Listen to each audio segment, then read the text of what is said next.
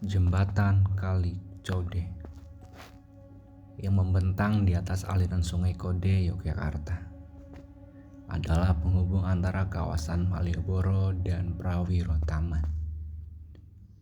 Dibangun pada masa kolonial Belanda, jembatan beton ini menyimpan banyak sejarah kelam.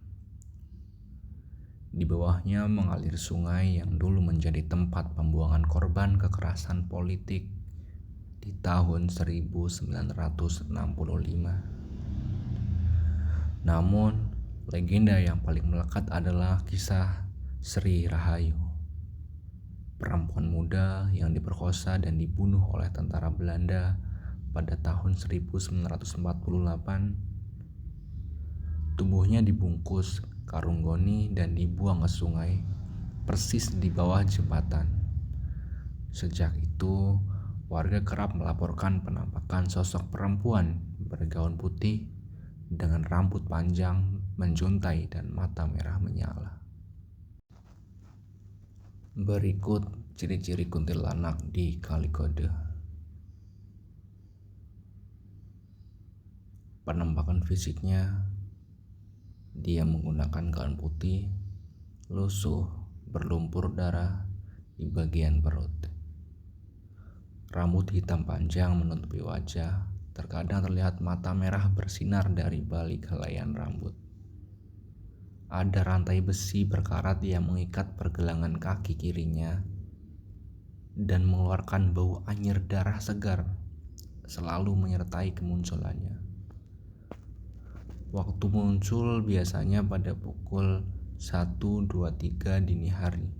Konon, angka ini mewakili tanggal kematiannya 23 Januari 1948.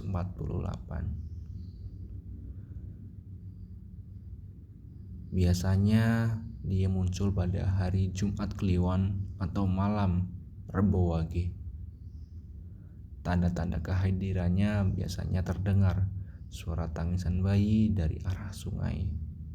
Kucing hitam bermata merah tiba-tiba melintas di tengah jalan, atau lampu kendaraan yang melintas tiba-tiba redup atau mati. Berikut kisah saksi mata. Yang pertama, Pak Joko, tukang becak. Kejadiannya tahun 2015.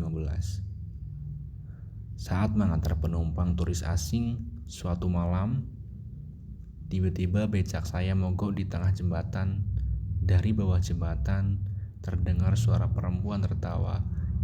Hihihihi, ucap Pak Joko. Penumpang saya teriak histeris karena melihat tangan berkuku panjang mencengkram gagang becak. Bau amis darah begitu kuat sampai saya muntah. Yang kedua, ada Rina, seorang mahasiswa UGM. Kejadiannya di tahun 2020. Saya pulang dari diskusi kampus sekitar jam 1 pagi. Di tengah jembatan ada perempuan jongkok sambil menggendong boneka. Saya tawari tumpangan, tapi saat mendekat, boneka itu ternyata janin berlumpur darah. Perempuan itu mengangkat kepala, wajahnya bolong seperti habis ditembak, ucap Rina ketika tim kami mewawancarai dia. Yang ketiga ada Mbah Surip, seorang penjaga warung yang dekat Kali Kode, dan kejadiannya di tahun 2023. Setiap bulan Sura, saya selalu taruh sesaji nasi kucing dan kopi pahit di pinggir jembatan. Kalau tidak, warung saya pasti ada yang rusak, pecah piring, atau kursi terbalik sendiri. Pernah suatu kali saya lupa, lalu ada suara bisik di telinga. Aku lapar Surip, ucap Mbah Surip waktu itu. Dan di sana tokoh adat mempercayai untuk melakukan ritual khusus untuk menenangkan arwah Sri Rahayu. Dan di sini ada beberapa syarat sesaji yang digunakan para tetua adat di Yogyakarta. Yang pertama, kembang setaman seperti mawar putih, kandil, kenanga, dan lain-lain. Kedua, jajan pasar seperti wajik, jenang merah, dan apeng. Yang tiga, minyak zafaron, minyak kelapa dicampur minyak melati. Tata cara yang dilakukan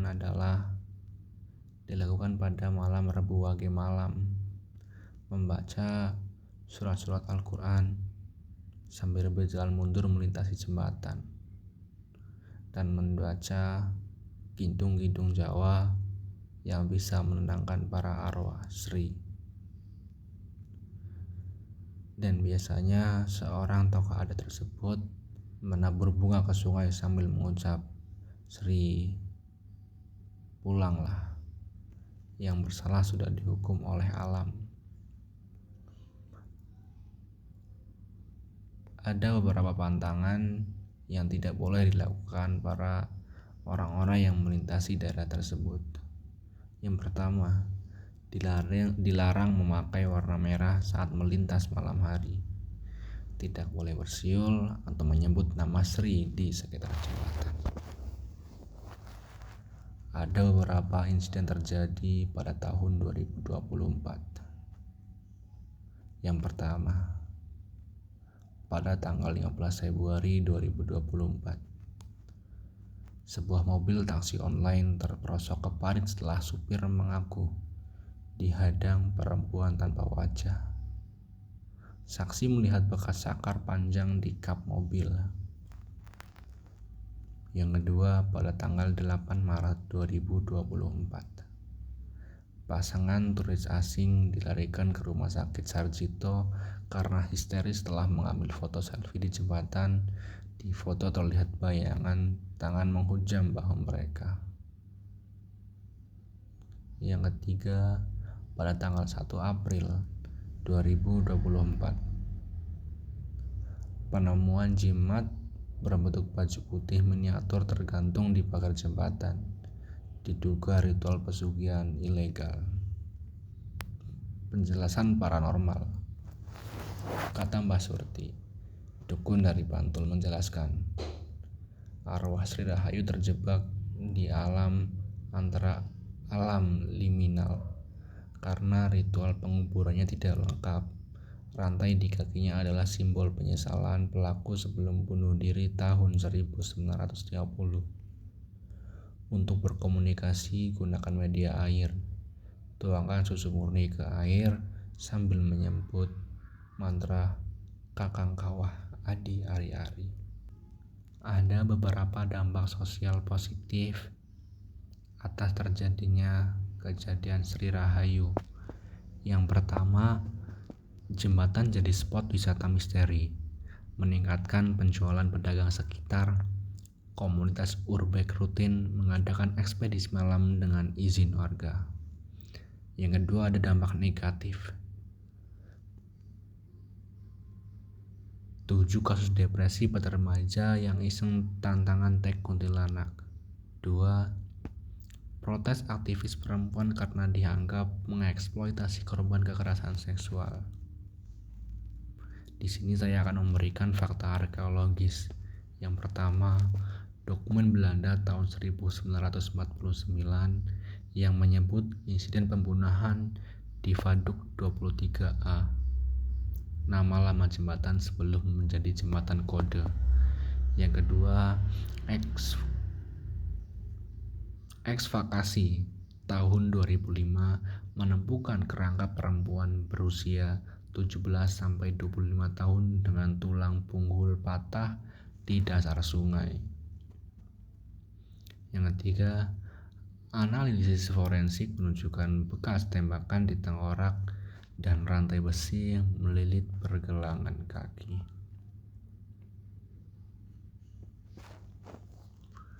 Dan sekarang warga Jogja percaya Sri Rahayu bukan sekedar hantu, tetapi penjaga moral yang mengingatkan kita pada sejarah kelam. Dia muncul pada mereka yang punya niat jahat, kata Mbah Narwan, sesepuh di Kampung Kode. Sampai kini ritual kecil tetap dilakukan, lilin di pinggir jembatan, doa dari para ibu dan larangan tak tertulis. Jangan ganggu Sri, dia hanya ingin damai. Terima kasih telah mendengarkan cerita ini. Kami menyadari bahwa topik kejahatan seksual adalah hal yang sangat berat dan dapat memicu emosi yang tidak nyaman.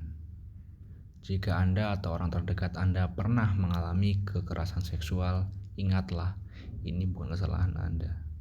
Setiap korban berhak mendapatkan dukungan, keadilan, dan ruang untuk pulih.